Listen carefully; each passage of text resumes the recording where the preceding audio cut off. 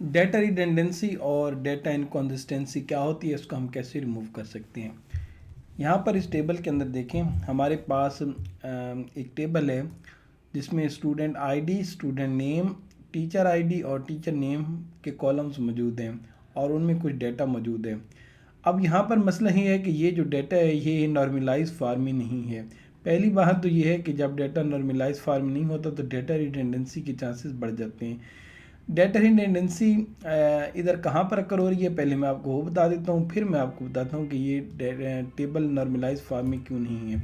अब यहाँ पर है देखें, ये टीचर आईडी 1 पर टीचर नेम है शैला और यहाँ पर नीचे अगेन टीचर आईडी 1 पर टीचर नेम शैला 2 दफ़ा मौजूद है। इससे हम बोलते हैं डेटा रिडंडेंसी, यानी कि एक ही डाटा का एक से ज़्यादा जगहों पर मौजूद होना डेटा रिडंडेंसी कहलाता है। अब यहाँ पर एक तो ये बात हो गई कि ये टेबल जो है इसमें रिडंडेंट डाटा मौजूद है क्योंकि हमारे पास एक ही टीचर है जिसका डाटा 2 जगहों पर मौजूद है। अब नेक्स्ट ये है कि ये टेबल नॉर्मलाइज फॉर्म में नहीं है। क्यों नहीं है, यहाँ पर ये देखें स्टूडेंट से रिलेटेड इन्फॉर्मेशन है और दूसरा हमारे पास टीचर से रिलेटेड इन्फॉर्मेशन है। तो बजाय इसके कि हम इसको एक ही टेबल में रखें, क्यों ना हम नॉर्मलाइज करें और स्टूडेंट से रिलेटेड जो डाटा है वो अलहदा टेबल में रख दें और जो टीचर से रिलेटेड डाटा है वो अलहदा टेबल में रख दें। तो इसका हल हमारे पास ये है कि हमने यहाँ पर ये देखें स्टूडेंट का जो डाटा है वो स्टूडेंट के टेबल में रख दिया, जिस तरह से स्टूडेंट का आईडी और स्टूडेंट का नेम हमने स्टूडेंट के टेबल में रख दिया और टीचर से रिलेटेड जो डाटा था वो हमने टीचर के टेबल में रखा, जैसा कि टीचर आईडी और टीचर नेम हमने टीचर के टेबल में रख दिया। अब इन दोनों टेबल्स को आपस में हमने रिलेट भी करना है, तो रिलेट करने के लिए हमने यहाँ पर एक फॉरेन की बनाई टीचर आईडी, यानी कि इस टेबल की जो हमारी प्राइमरी की है इसको हमने यहाँ पर एज ए फॉरेन की यूज़ किया। तो अब यहाँ से ये जो दोनों टेबल हैं ये हमारे आपस में लिंक हो गए। अब इसका फ़ायदा क्या हुआ, इसका फ़ायदा ये हुआ कि रिडंडेंसी रिमूव हो गई है। ये देखें ना, अब यहाँ पर टीचर आईडी 1 पर शैला हमने एक दफ़ा लिख दिया तो हमें बार बार ये लिखने की ज़रूरत नहीं है। लेकिन जब डाटा यहाँ पर ऊपर देखें, यहाँ पर जब डाटा रिडंडेंट था तो एक ही जो रिकॉर्ड है वो बार बार रिपीट हो रहा था। तो ये हो गई डाटा रिडंडेंसी। आगे बढ़ने से पहले थोड़ी सी थ्योरी देख लेते हैं कि डाटा रिडंडेंसी में क्या होता है। When some data located in multiple places in the database table, then the data is called redundant data। और redundant data को रिमूव करने के लिए हम टेबल्स को नॉर्मलाइज करते हैं। We need to normalize the database tables। database tables को अगर हम नॉर्मलाइज करें तो हमारी जो रिडंडेंसी है वो रिमूव हो जाती है। अब दूसरा है डेटा इनकंसिस्टेंसी, जिसको हम देखने जा रहे हैं। तो चलें डेटा इनकंसिस्टेंसी को देखते हैं। Data inconsistency is a condition date occurs when data redundancy occurs.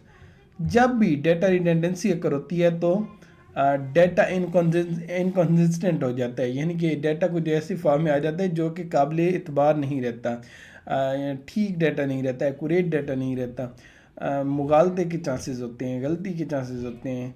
तो चलें, अच्छा इससे पहले मैं आपको बताता चलूँ कि इनकंसिस्टेंसी को रिमूव करने के लिए हम डेटाबेस के जो हमारे एट्रीब्यूट्स होते हैं उन पर हम कुछ कंस्ट्रेंट्स लगाते हैं। तो चलें अब मैं आपको एग्जांपल से दिखाता हूँ कि डेटा इनकंसिस्टेंसी क्या होती है और इसको हम कैसे रिमूव कर सकते हैं। अब यहाँ पर हमारे पास एक एग्जांपल है जिसमें हमने डाटा रखा है जो कि रिडंडेंट डाटा तो नहीं है,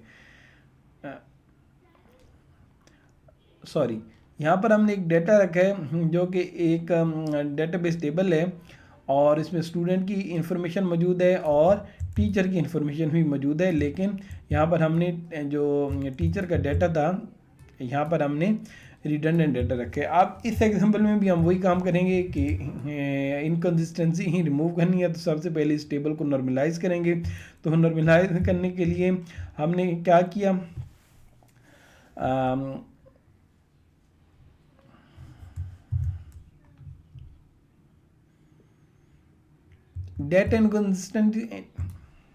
डेटा इनकंसिस्टेंसी को समझने के लिए इस टेबल को देखें। इस टेबल में हमने स्टूडेंट की और टीचर की इन्फॉर्मेशन डाली जो कि नॉर्मलाइज डाटा नहीं है, इसलिए इसमें डाटा रिडंडेंसी अकर हो रही है। और डाटा रिडंडेंसी अकर होने की वजह से अब मिसाल के तौर पर यहाँ पर अगर ये भी उसी टीचर, ये जो टीचर शैल है ये उसी का ही डाटा ये देखें इस टेबल में हमने रखा हुआ है।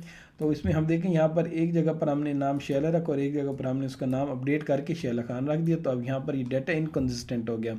क्योंकि अब हम किस नाम पर यकीन करें कि कौन सा नाम ओरिजिनल नाम है। तो ये हमारे पास जो डाटा है ये इनकन्सिस्टेंट डाटा आ गए। तो इसका भी सोल्यूशन वही है कि डाटा को नॉर्मलाइज करें और कुछ कंस्ट्रेंट्स लगाएं। जैसे कि अभी हमने यहाँ पर क्या किया है, हमने स्टूडेंट का डाटा स्टूडेंट के टेबल में रखा और टीचर का जो डाटा है वो टीचर के टेबल में रखा, और फॉरेन की स्टूडेंट के टेबल में हमने टीचर आईडी को फॉरेन की यूज़ किया, और ये जो फॉरेन की है ये इस टेबल की प्राइमरी की है। ये देखें इधर हमने प्राइमरी की ही लगाई। ये जो हम कंस्ट्रेंट की बात कर रहे थे कि कुछ कंस्ट्रेंट लगाकर हम इनकन्सिस्टेंट डाटा को कंसिस्टेंट करते हैं, तो ये हमने कंस्ट्रेंट लगाया कि इस टेबल के इस एट्रीब्यूट को मैंने प्राइमरी की बनाया, और इस टेबल के अंदर इस टेबल के प्राइमरी की एट्रीब्यूट को यहाँ पर मैंने एज ए फॉरेन की यूज़ किया। तो ये कंस्ट्रेंट्स लगाए। तो इस तरीके से अब हमारे पास जो शैला का मसला था वो यहाँ पर रिजॉल्व हो गया। Disadvantages of data redundancy. Data redundancy के बहुत ज़्यादा डिसएडवांटेज हैं, जैसा कि आपकी जो डाटा बेस हो जाती हैं वो लेस एफिशिएंट हो जाती है, और डाटा रिट्रीव करना भी लेस एफिशिएंट हो जाता है। इनकन्सिस्टेंसीज, डाटा के अंदर इनकन्सिस्टेंसीज अक्कर हो जाती हैं, जैसे कि अभी लास्ट एग्जांपल में मैंने आपको दिखाया था कि एक ही टीचर थी शैला, लेकिन उसका नाम दो जगहों पर ऊपर नीचे हो गया था। इसके अलावा आपका जो लोड ऑन हार्डवेयर होता है वो भी इंक्रीज़ हो जाता है, क्योंकि जितना रिडंडेंट डाटा आपके डेटाबेस में होगा आपके हार्डवेयर पे ज़्यादा लोड पड़ेगा। एज ए स्टूडेंट जब आप एक छोटा सा टेबल बनाते हैं तो वहाँ पर तो आपको फील नहीं होता कि रिडंडेंट डाटा की वजह से हार्डवेयर पर क्या लोड पड़ा है, लेकिन जब बड़ी बड़ी डेटाबेस होती हैं और डाटा हमारे पास बहुत ज़्यादा होता है तो वहाँ पर हमें वाज़ेह फ़र्क नज़र आता है कि रिडंडेंट डाटा की वजह से हमारे हार्डवेयर पर और हमारे स्टोरेज पर बहुत ज़्यादा असर पड़ रहा होता है, हमारी प्रोसेसिंग पर बहुत ज़्यादा असर पड़ रहा होता है।